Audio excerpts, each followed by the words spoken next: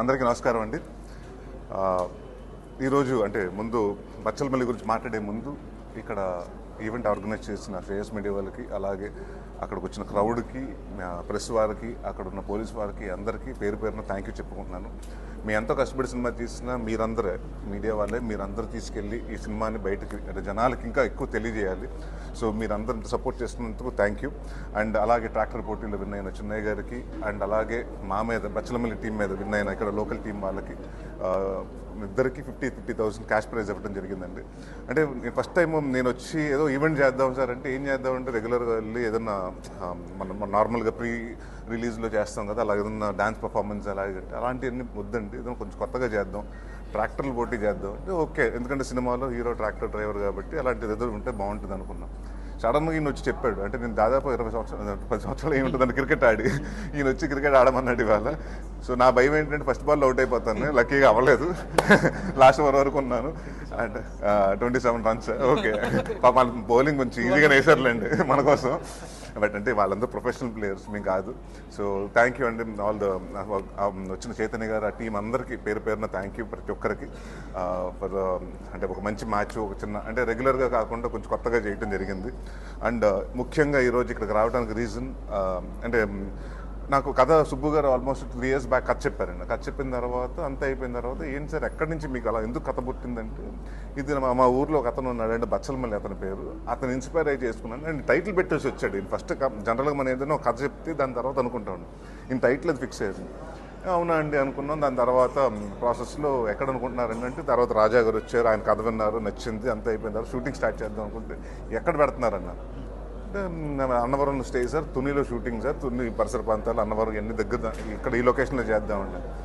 అక్కడ ఏంటంటే స్పెషల్గా ఏంటి అక్కడ అన్న అంటే మన జనరల్గా గ్రీన్స్ ఉంటాయో లేకపోతే మన రాజమండ్రి అంటే అనుకుంటాం కదండి, అరకంటే కొండ ప్రాంతాలు ఉంటాయని. అక్కడ ఏంటంటే ఈ నన్ను కన్విన్స్ చేసింది ఏంటంటే గోన్ సంచులు అన్నీ అక్కడ ఎక్కువ, అంటే Asia's biggest gunny bag industry ఇక్కడే ఉందండి.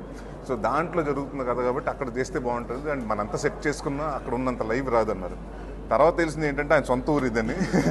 అప్పుడు అండ్ ప్లస్ ఆయనకు అప్పుడు పాప కూడా పుట్టింది. సో ఇక్కడే ఉండి ఆయన సో అంటే మహాలక్ష్మి పుట్టింది, డెఫినెట్గా అక్కడి నుంచి అన్నీ ఆయన కలిసి వచ్చినాయి, అలాగే కలిసి రావాలి.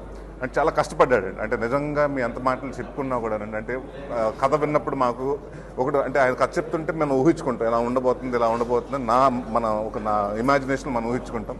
ఏదైతే చెప్పాడో అంతే బాగా ఎగ్జిక్యూట్ చేశాడు, అంతే బాగా తీశారు. అండ్ అలాగే ప్రతి ఒక్కరు ఆర్టిస్ట్ రావు రమేష్ గారు కానివ్వండి, లేకపోతే హేమ గారు, మన అమృత గారు కానివ్వండి, మన మదర్ రోహిణి గారు కానివ్వండి, అందరూ. అండ్ అంకిత్, తను ఈ మధ్య కాలంలో మీరు చూస్తుంటారు ఆయన సినిమా, దాని తర్వాత మన కమిటీ కూడా ఇంకోటి మారుతినగర్ సూర్య చేశారు. One of the finest artist. అంటే నేను ఎందుకు చెప్తున్నానంటే ఒక ఆయన సినిమాలో ఒక లాంగ్ మొనోలాగ్ చెప్తాడు, అది అంటే ఎంత ఈజీగా చెప్పాడంటే అది నేర్చుకున్నాడా లేకపోతే బట్టి పెట్టాడా ఏం తెలియదు, బట్ ఎక్స్ట్రాడనరీగా చేశాడు. అంటే మనం ఒక ఆర్టిస్ట్గా చూడగానే అంటే అతను కామెడీ టైమింగ్ బాగుంటుంది, అతను బాడీ లాంగ్వేజ్ బాగుంటుంది. So it has a bright future అండి. సో ఆ విషయం అంటే ఈ రోల్ చిన్నది 10 నిమిషాలు 15 నిమిషాలు అని కాదు అంకిత్, నీకు డెఫినెట్గా నీ సినిమా తర్వాత ఎన్ని ఫోన్స్ వస్తాయి చూడు, అంటే దట్స్ అ సర్ప్రైజ్ ఎలిమెంట్. అంటే ద వే యూ పోర్ట్రేట్, అంటే ప్రతి సినిమా ఒక యాక్టర్గా నేను అన్ని కామెడీ చేస్తుంటే ప్రతి ఒక్కసారి అందరు అడిగేవారు కామెడీ చేస్తావా వేరే కథ సీరియస్ చేయమని. ఇప్పుడు సీరియస్ చేస్తే కామెడీ ఎందుకు వదిలేసామని అడుగుతున్నాను. సో యాక్టర్గా నేనేమంటానంటే ప్రతిదీ అంటే మనం ఏ పాత్ర అయినా ఒక గుడ్ బ్యాడ్ అన్ని పాత్రలు పోషించాలి. సో ఆ విషయం నాట్ ఒక జానర్కి ఫిక్స్ అయిపోకుండా అన్ని ట్రై చేయి. So all the very best for you. And నాకు చాలా రోజుల తర్వాత నా పర్సనల్ ఫేవరెట్ నా ఆల్బమ్స్లో ఏంటంటేనండి ప్రాణం సినిమా, నిండు నూరేళ్ల సావాసం అన్నది నాకు కెరియర్లో మంచి ఆల్బమ్ అనుకున్నాను. దాని తర్వాత సీతారామ శాస్త్రి గారు రాసిన ఎంతవరకు ఎందుకంటే ఆ సినిమాలో ఆ గాలి ఎంతవరకు అన్నది సినిమా మొత్తం మీరు చూస్తే ఆ సాంగ్లు మొత్తం గమ్యంగా చెప్పేస్తారు. అలాగే ఈ సినిమాకి ఆయన ఇందాక పూర్ణాచారి గారు రాశారు ఒకటి లాస్ట్ అంటే ఈ బచ్చలమల్లి లైఫ్ ఎలా ఉంటుంది మొత్తం కథ అంతా ఒక పాటలో చెప్పడం అది చాలా కష్టం. అండ్ పదాలు యూసేజ్ ఆఫ్ పదాలు అండి. ఎందుకంటే నాకు సడన్గా నేను చూసి ఎవరు పెద్ద ఆయన రాశారు అనుకున్నాను నేను. అంటే మాకు ఎలా ఉంటుందంటేనండి, మ్యూజిక్ డైరెక్టర్స్ మేము కలవం, లిరిసిస్ట్ని మేము కలవం, వాళ్ళ ఆఫీస్లో కూర్చుని వాళ్ళు మాట్లాడుకుని డిస్కస్ చేసుకుని అయిపోతూ ఉంటుంది. వాళ్ళ స్టూడియోస్కి వెళ్తుంటారు. అంతా అయిపోయిన తర్వాత ఫైనల్గా అయిపోతే మా దగ్గరకు వస్తారు. సో నేనేమనుకున్నానంటే పూర్ణాచారి గారు రాశారంటే ఓకే పెద్ద ఆయన ఎవరు అంత బాగా రాశారు కదా, అంత యూజ్ ఆఫ్ వర్డ్స్ అని. ఇప్పుడే ఫస్ట్ టైం లైవ్లో చూస్తున్నాను, షాక్ అయిపోయాను. అంటే నేను అడిగా ఏంటంటే ఏ సినిమాలు రాశారంటే ఆల్మోస్ట్ పడిపోయింది పిల్ల అని లవ్ సాంగ్లు రాశారు. అలాంటి లవ్ సాంగ్ రాసిన ఇంత ఒక మీనింగ్ఫుల్ సాంగ్ రాయటం అండ్ డెఫినెట్గా అది మీ టాలెంట్ మాకు డెఫినెట్గా ఈ సినిమాకి రావటం మాకు మీరు మా సినిమాలు యాడ్ అవటం మాకు అడ్వాంటేజ్ అండి. సో అందరూ ప్రతి ఒక్కరండి పేరు మీద అందరికీ థ్యాంక్ యూ.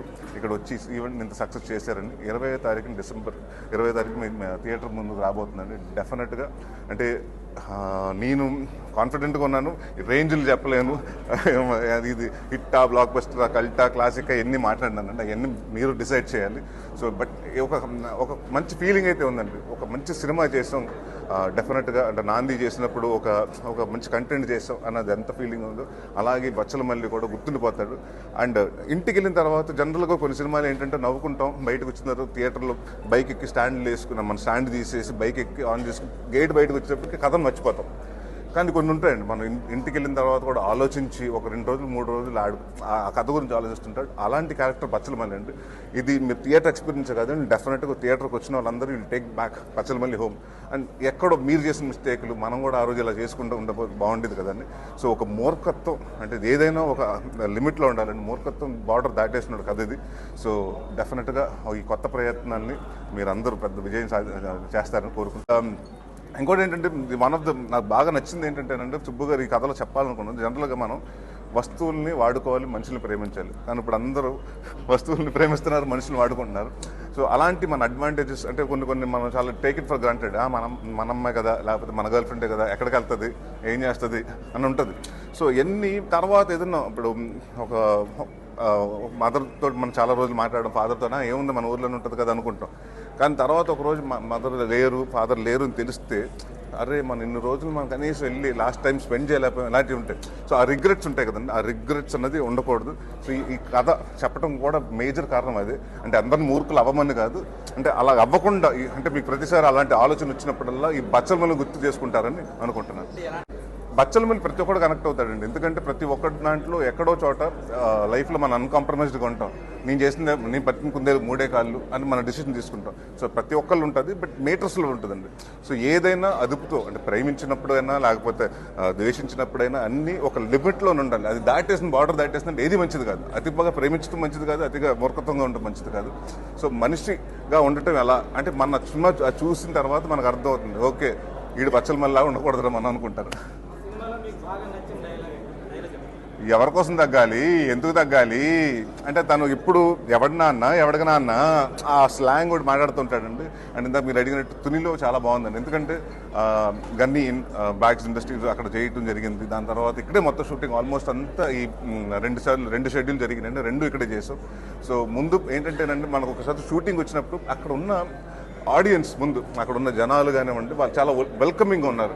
ఎవరు వచ్చి ఇబ్బంది పెట్టకుండా లేకపోతే ఇచ్చేయకుండా ప్రతి ఒక్కళ్ళు రండి చేసుకోండి, వాళ్ళే మన ఊరు వచ్చారు తర్వాత వాళ్ళు చేసుకునేమంటారు, పని చేసుకునేమంటారు అని.